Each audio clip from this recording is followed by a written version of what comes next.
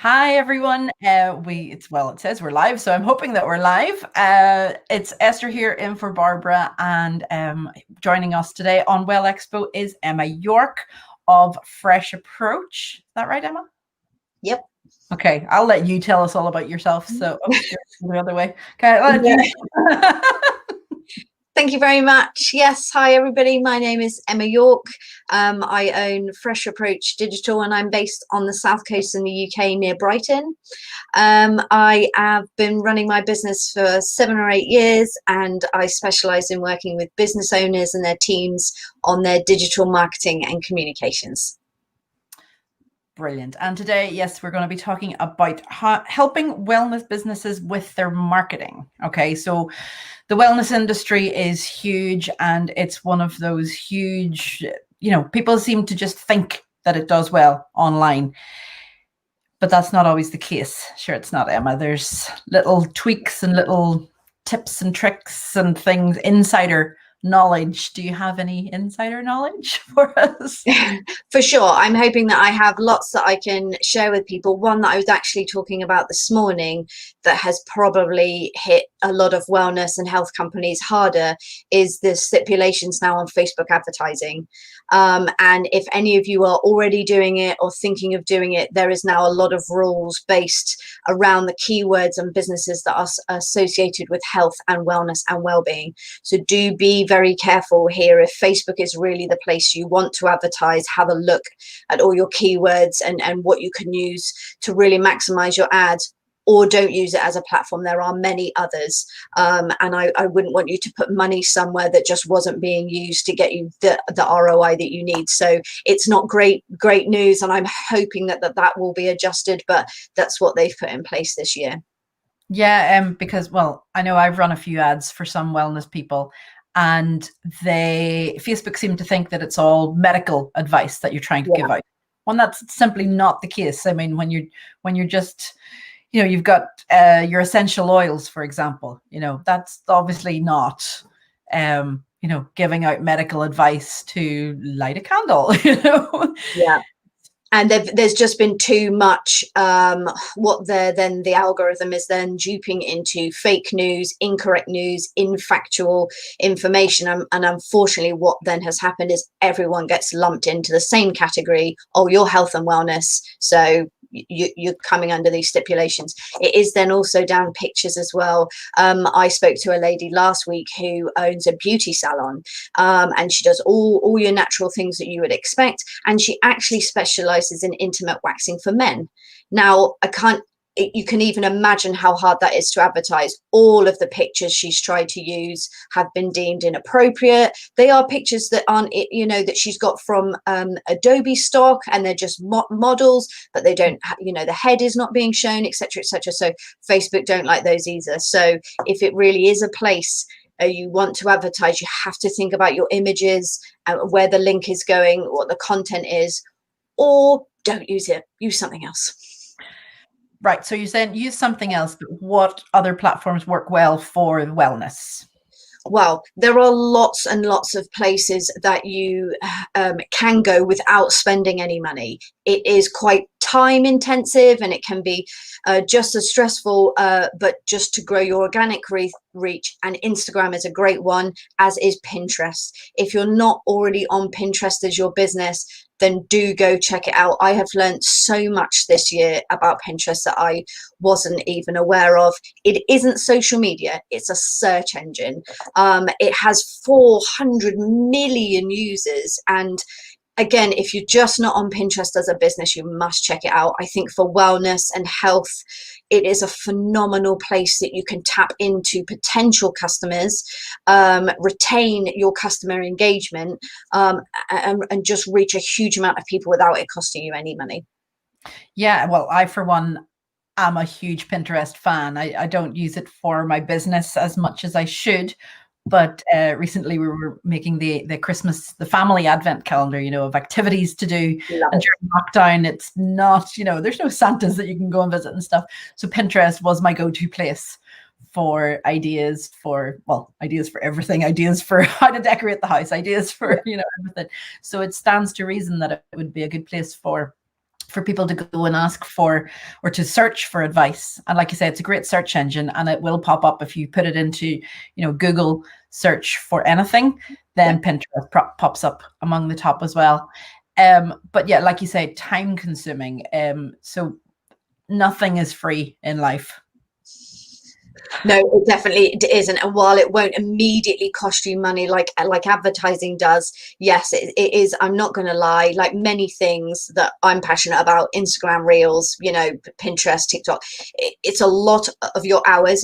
I'll be really honest. It is a lot of hours. But if you take that time and effort to plan it, put it into your strategy, and put yourself out there in all the means, it really will have long-term benefits. So I think, yeah, Pinterest for sure is a great one. People are already going there with an intent. They're looking for something. Now, I was a bit naive many years ago, like many people. I would only go there if I was looking for hair updos or bridesmaid dresses, or do you know what I mean? It was great for that, but I never went there for anything else.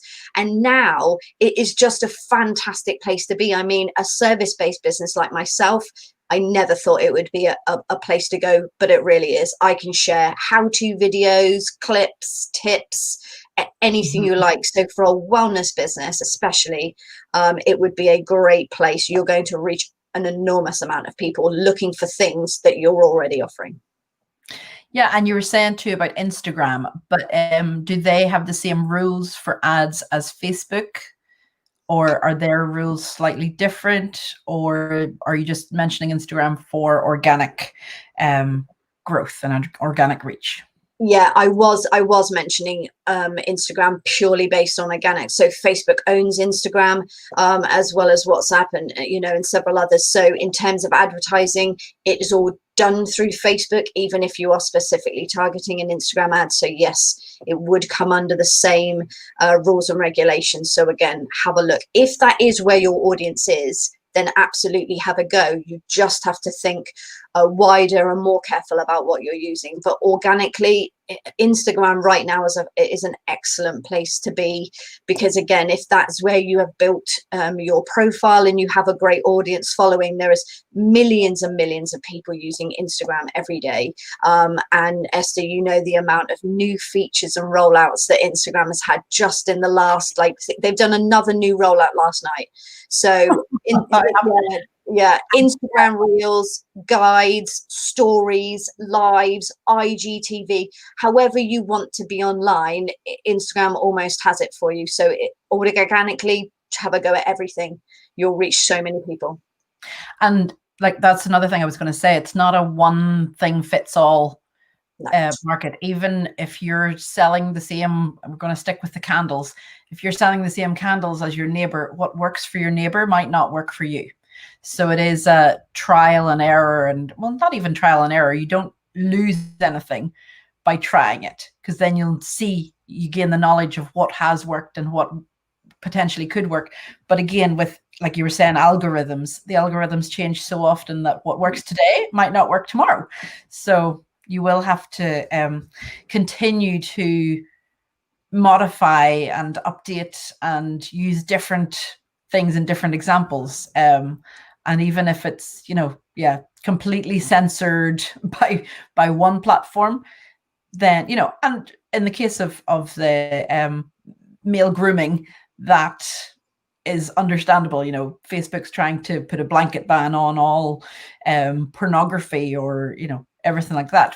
Fine. But when it's your business, you have to be creative and think outside the box. Yeah, you do.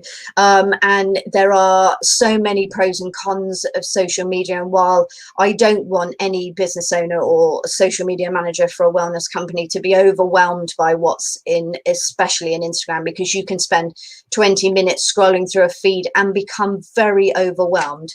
I really don't want that to happen for you. And as you rightly said with your candle example, you can look through everything that's online right now, and people call it the noise. It is very noisy online, because that's what people are using, because they can't get people into their shops and physically and to see them. So you're going to see a lot more than you normally would. But someone who is offering a similar massage or the same candle, or you've got to remember that your product and your service is completely unique to you. So even if it is being sold over here or down the road or by someone you know, your customers are not necessarily their customers. So keep being online. And the best way for you to reach more people and to gain more customers and to essentially earn more money is to keep showing up. So Instagram is a good one. If you don't like lives and you don't want to put your face in a video, that's okay. You can do other things. You've got guides, which is a phenomenal new feature of Instagram that I absolutely adore. That's a bigger discussion for another time, but especially for a wellness business, start setting up some guides. It's just another way to get your content in front of a lot of people. Yeah, I'm sorry. I'm just trying to find Barbara. Barbara can't be with us today, but she is here in spirit and sending messages that I'm trying to find. Excellent. Thank you, Barbara. My computer is not playing ball with me today, so it's just okay. Almost there, almost there. But she has put a comment into the has she? Here that says the wellness business really has to move about to find the platform that sits, because again, it might not be where your audience is, and that's the main key point. It's not the platform that you like. Yeah. It's not the platform that you're most comfortable with using. It's the platform that your audience is on. Yeah, you have to find your people. And the best way to do that is to ask your existing customers, ask your friends and family. If your people, if your ideal customer is on Twitter, that is absolutely where you have to turn up. So you have to tweet every 20 minutes gaps. Have a go at fleets, which is the new Twitter type stories. Have a go at those. We're not sure yet if they're going to work. Not sure. I keep doing them and I get a few reactions and then they fill up my DMs and then I get annoyed, but I don't have any analytics to help with that, but I'm going to keep using them and hopefully I can share some data at another time. But you're right, Esther, absolutely. You have to find out where your people are. I mean, if you enjoy using Instagram, sure, have at it over there and grow your profile, but you need to find out where your people are, and that's where you need to talk to them. Exactly. Yes. What is a good starting point when a business is looking at how to target? Searching the platforms. So if you've got your business idea and your business plan, you've then within that, without even knowing about it, you've got some keywords and some essential search terms. So let's continue with our example, and we're going to go with candles. Now, if you search for just the generic term candles, it's just going to throw out a whole load of information. So you have to then niche that down a little bit. Are your candles specifically for something or other? Are they vegan? Are they organic? Are they non-scented? Are they for mindfulness? So have a think and start throwing in these keywords and hashtags into the social platforms and seeing what conversations are coming up. If you're coming up with lots and lots and lots of profiles and conversations, then that is somewhere where you want to have a go at. If you're seeing a real gap and there isn't a lot going on, but there's a lot of conversation, but not two-way, that's another way you can go, there's a gap here and I fit right in there. So that's another way to have a look. Throw in your keywords and see what they bring up. Brilliant. Yeah. Like casting the net and then pulling it back in to see what you've caught.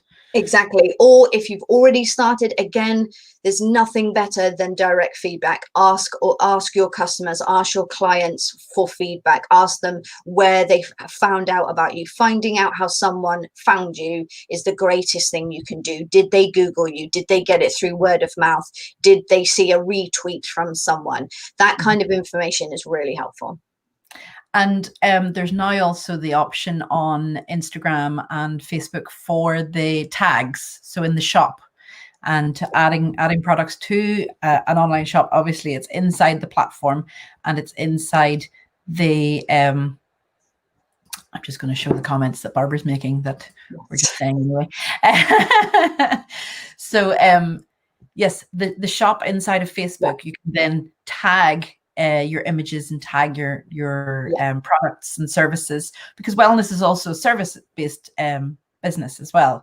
So you've got your wellness with your candles and your products, but it's also the yoga classes and the, you know, services in mental health as well. You know, there's lots and lots to be doing. So there's such a broad range of things that wellness experts provide.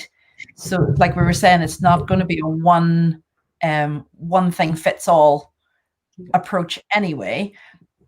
But if they have products, should they add them to a Facebook shop or just use their own website? And you know what my opinion is on it. I prefer website, but everybody's on social and everybody's looking for things in social, and especially now with Christmas coming up, most people will just go into a social media platform and search for a product or a service or an item that they want to buy for their friend or family. So in your opinion then, Emma, what are they worth it? Is it worth setting up your Facebook shop to have? Yeah, this is a big one, and I have a very strong personal opinion about this, but I also have a marketing professional hat on about it.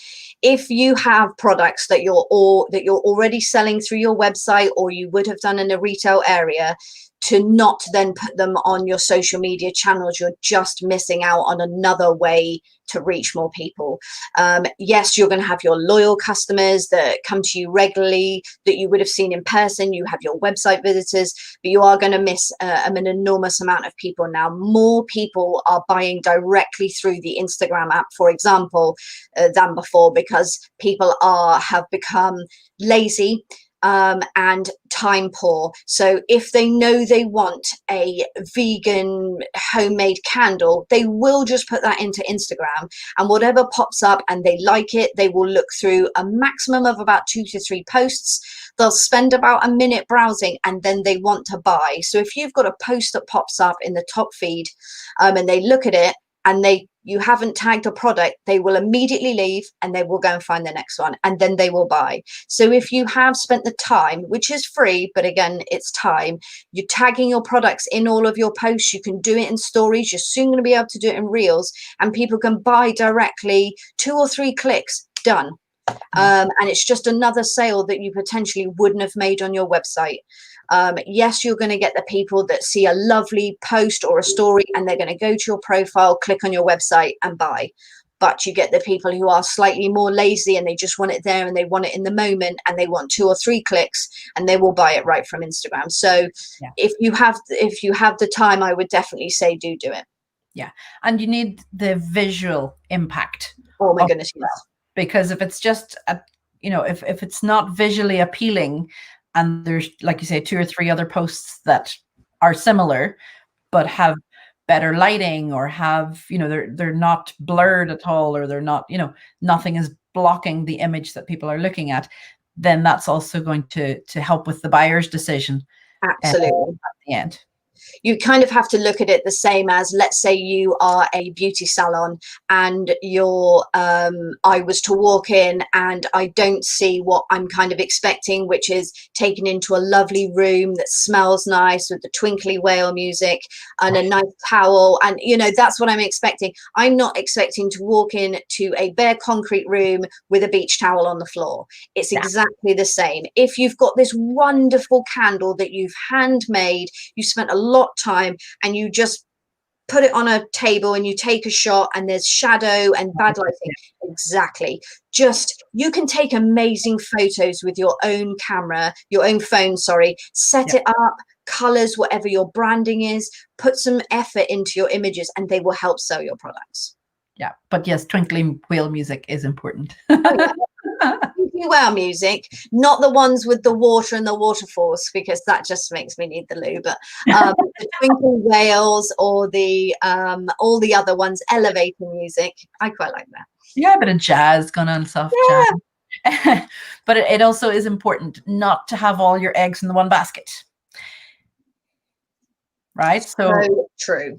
Yeah. So if you're on, okay, so there's so many platforms out there. There's not just, we're talking the major ones right now, Pinterest and Instagram and Facebook and Twitter, but YouTube, there's Snapchat, TikTok. We could go on, we could talk for 20 minutes just on the list of social media platforms that are available. We're not saying that you need to be on all of them. I would not advocate that, because then you just go insane with all the amount of time that you would have to spend putting things on each platform and monitoring each platform and checking the conversation on each platform. But it's also important to have a backup. So even if you have your social media, and let's stick to the main ones, and you're on Facebook and you're on Instagram, and you now want to branch out into Pinterest, also need your website. You do need a website. You need somewhere to send them to buy, because otherwise they're not going to know how to, if it's somebody in America, they're not going to know how to phone a UK or Ireland number. Absolutely. Yeah, and you've segued this really lovely into the next thing that I really wanted to talk about as well. If websites, absolutely, and if you're not quite ready for a website, a landing page. And again, they don't have to be expensive. You can get them for free, but you need to send them somewhere that is your name and your branding, away from Facebook. Yeah. And then that leads us on to, if for any reason Mark Zuckerberg decided to retire and close everything, and Facebook is gone and Instagram is gone, you've lost that audience. They're not going to know how to get you. So email marketing is your friend. Absolutely. If you're not doing it, don't be afraid. Don't be ashamed. Start emailing people. Barbara, I'm talking to you. Email your people. If you've got customers, take their email addresses. You will have collected them anyway because they bought products or services. And don't be afraid to ask. Email marketing is now the most important marketing tool, because once someone feels like they know, like, and trust you and give you your email, that's yours now. They've given it to you. That's like handing over £20. So it's yours until... Yeah, it's yours until they want you to have it anymore. And it doesn't matter about Facebook or Instagram. That's your email. So you can keep talking to them all the time, and it doesn't matter where they live, what country they're in, what you're selling, what time of day it is. Just email them. It's the greatest way. Yeah, it really is. And there is an email marketing list that Barbara has set up. Sign up to the newsletter. It's very inspirational, and Barbara's got her little emoji going on. She doesn't like being told off. But I mean, if she decides to hand over her Well Expo, to us and lets us run the show, then what can you expect, Barbara? Exactly. I said I'll happily look after your newsletter for you. But yes, email. People actually want emails. And a time where you would think your inbox is overflowing, people actually want emails. They want to know from people. If you send them 1 or 2 emails and it's fun and engaging and they really like it, they won't unsubscribe. You kind of have to go with the rule of thumb that you would be on Facebook. You have to sell 25% more than you think you are. However much you think, oh, I sell quite a lot, I tell people, you don't. You have to tell them, and you have to tell them again, and talk about how wonderful all your products are. Share your customer reviews, share a blog, share anything, share that you had a power cut or anything that you want. Talk to your people regularly, and you will build that beyond Facebook and Instagram. Yes, exactly. And as Barbara's saying here on Facebook, she's saying that Ask the Expert is coming, and Emma is one of our experts. And so if you sign up for the newsletter, you will get some snippets from Emma and other experts. There'll be lots of interesting information in the newsletter. But we've had lots of interesting information from you today, Emma. And I'm just going to pop across your website again so people can find you and connect with you. And any final words, closing statements?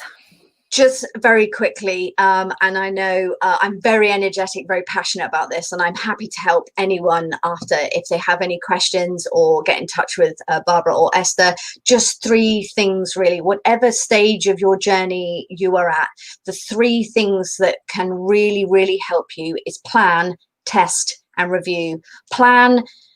We're in very strange times, and I've said this a lot. I would normally plan a quarter, a year, 18 months.